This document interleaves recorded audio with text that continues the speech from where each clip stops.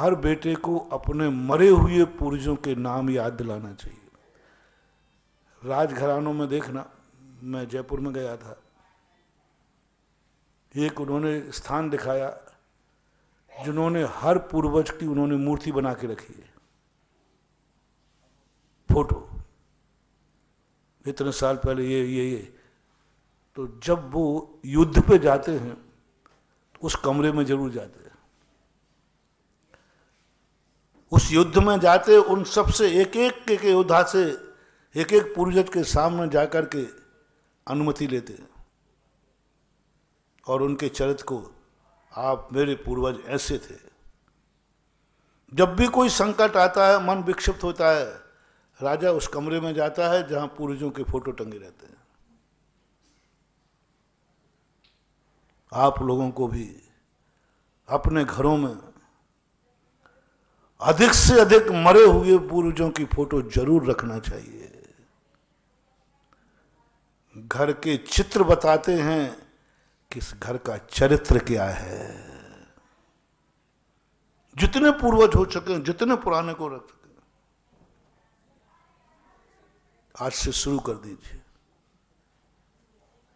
अतीत में मिले तो अपने पूर्वज का पूरा हो सके चित्र लिखो और उनकी पूरी दिनचर्या लिखो, उनका नेचर लिखो, उनकी इज्जत लिखो, उनका प्रभाव क्या था। अजमेर में जब मैं सोनी जी की रसिया में गया, 150-200 साल वर्ष पुराने मूलचंद सोनी का इतिहास मिला। उनका एक फोटो लगा है मूलचंद सोनी का, 200 साल 150 साल पुराना। उसके बाद उनके बाद कौन हुआ उनका लगा, उनका बाद, और उन सब को देख करके जब उनका चरित्र पढ़ा तो देख करके दंग रह गए। ऐसा था ये सोनी परिवार, ऐसा था इस परिवार की इज्जत। जब उनके जीवन के संबंध का सारा विवरण देखा तो शिक्षा मिलती है। आपके घरों में तो दुनिया भर के फोटो मिलेंगे, लेकिन पूर्वजों का फोटो, दुनिया भर का ज्ञान है, अपने पूर्वजों के संबंध में कुछ नहीं जानते।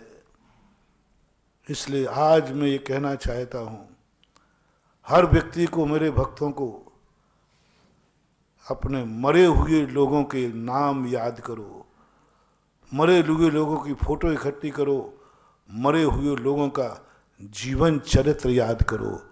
तुम्हारे जीवन में तुम्हारे पूर्वज कितने मर चुके हैं, उनका तुम्हें कितनों का याद है। दादाजी जिंदा हो तो पूछ लेना, तुम्हें 2 पीढ़ी याद है, तुम्हारे बाप को 2 पीढ़ी याद है, दादा को 2 पीढ़ी याद है, 6 पीढ़ी हो जाएंगे। क्योंकि तुम्हें 2 हैं तो पिताजी को भी अपने पिताजी का दादा तो 2 उनसे मिल जाएंगे, और दादाजी जिंदा हैं तो उनको भी 2 6 हो जाएंगी ना। फिर एक हम भूल चूक में कम कर देंगे, हमें 7 पीढ़ी चाहिए। कितने % लोग अपने दादा के जिंदा रहते ही जन्म ले लेते हैं? ऐसे कितने लोग हैं जो जन्म लेते हैं लेकिन पिताजी भी नहीं मिलते, यानी पिता के मरने के बाद जन्म लेते हैं? इनकी संख्या ज्यादा है कि कम है? बहुत कम। कितने लोग ऐसे हैं जिनके घर में दादाजी मरने के बाद जन्म हुआ? अपन इतने से लगा लेते हैं, दादा के मरने के बाद जन्म हुआ, दादाजी के मरने के बाद, जिन्होंने अपने दादाजी को देखा ही नहीं है। 1 2 3 4 5 6 50% है। यानी 50% इतना है कि हर व्यक्ति कम से कम दादाजी का दर्शन करके ही मरता है, दादाजी पोता हो जाता है। ऐसी सेटिंग की है कर्म ने, समाज ने, ऐसी समाज ने सेटिंग की है कि दादा तीसरी पीढ़ी को देख के मरता है, पोते का मुंह देख के मरता है। बताते उस कुल को अच्छा माना जाता है, वो पोता भाग्यवान माना जाता है जिस पोते को दादा का मुंह देखने को मिल जाता है। वो दादा को सौभाग्यशाली मानते हैं जो पोते को आशीर्वाद दे के मरता है, बाप को नहीं। बाप बेटे को आशीर्वाद दे के मरता है, बेटा बाप का मुंह देखता है, उसको शगुन नहीं कहा, उसकी कोई उत्सव नहीं मनाते। लेकिन दादा यदि हो जाए पोता और पड़पोता और हो जाए तो कौन सी सीढ़ी? सोने की सीढ़ी। मैंने सोचा ये क्या मामला है, यदि पड़पोता है चौथी पीढ़ी देख ले भे तो सोने की सीढ़ी चढ़ते। मैंने कहा ये क्या मामला है।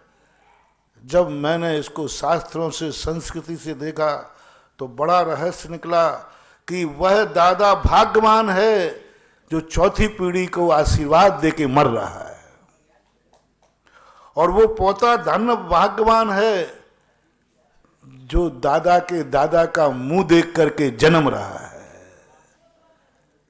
फैसला करो, तुम्हारे जन्म के बाद तुम्हारे कुल में कितने पूर्वजों का मुंह देखने को मिला। अब जितने मुंह देखने के मिले उतने ही गुने पुण्य आत्मा।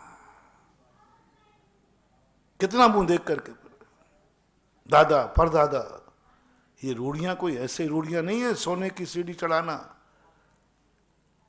उसका एक बहुत बड़ा सगुन है कि इस घर में पापी जीव नहीं जन्मते हैं, इस घर में वो पुण्यात्मा जन्मते हैं जो चौथी पीढ़ी के दादा का भी आशीर्वाद लेकर के जिंदा रहते हैं। यानी चौथी पीढ़ी का संस्कार, चौथी पीढ़ी का आचार विचार। 4 पीढ़ियां तक तो हैं, 5वीं पीढ़ी का शायद कोई नहीं होगा। हैं 4 तो तुम्हारे यहाँ, बहुत अच्छा है, तभी यहां बैठे हो। कोई संस्कार जिस बेटे के यहाँ जितनी पीढ़ियों के पिता का देखता है, यदि वो उपादान शुद्ध है तो बहुत बड़े। जीवित करो अपने पूर्वजों को, जीवित करो उनके संस्कारों को, जीवित करो उनकी संस्कृति को।